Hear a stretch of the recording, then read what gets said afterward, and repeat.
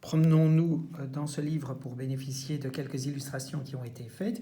Ici, un phénomène sur lequel nous n'insistons pas, qui est celui de la synapse silencieuse, ou dans lesquelles on ne retrouve que des NMDA-R. Ils les appellent RNMDA, des récepteurs NMDA. Donc, au niveau présynaptique, vous avez des vésicules chargées de glutamate. Voilà du glutamate qui est libéré. Une épine dendritique qui exprime à sa surface une série de récepteurs NMDA. Mais, donc, tôt dans la maturation, chez le fœtus, on nous dit le glutamate peut s'y lier, mais on n'aura pas de passage de calcium par le canal du récepteur NMDA. Par contre, plus tard, quand on aura au niveau de cette membrane postsynaptique non seulement des NMDA-R, mais aussi des AMPA-R, on pourra avoir une dépolarisation qui permettra alors à la synapse d'être fonctionnelle, puisque les RNMDA aussi pourront s'exprimer. Alors, qu'est-ce qu'on nous montre ici? Alors, revoici le glutamate qui se lie à des récepteurs AMPA.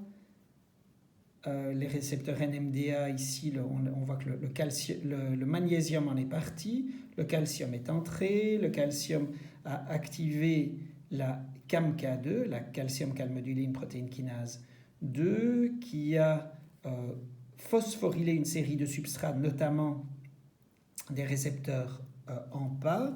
Nous voyons que ce calcium va aussi avoir d'autres actions. Nous n'avons pas parlé encore de la protéine kinase C, on en parlera un petit peu plus tard, et pour d'autres récepteurs, mais vous voyez que pour le NMDA, le calcium peut l'activer aussi.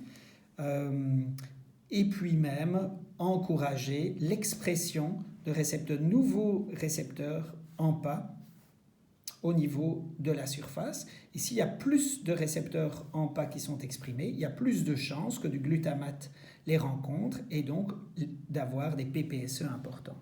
Alors ici, qu'est-ce qu'on nous montre? On nous montre la représentation de deux épines dendritiques. À court terme, qu'est-ce qui se passe? Le récepteur AMPA est activé. Par coopérativité, le récepteur NMDA s'active. On a le calcium qui active des protéines kinases, calcium calmoduline kinase, avec une série d'effets et des effets aussi qui peuvent aller jusqu'au noyau avec la synthèse de protéines, notamment ici de protéines de croissance de la synapse, qui vont faire que les synapses vont encore plus se développer. Si les synapses se développent encore plus, eh bien, il y aura encore plus les PPSE seront plus importants.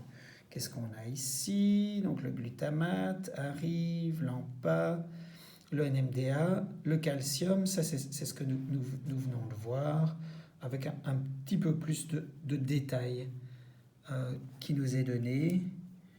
Voilà. Je propose qu'on s'arrête ici pour ces illustrations du récepteur NMDA.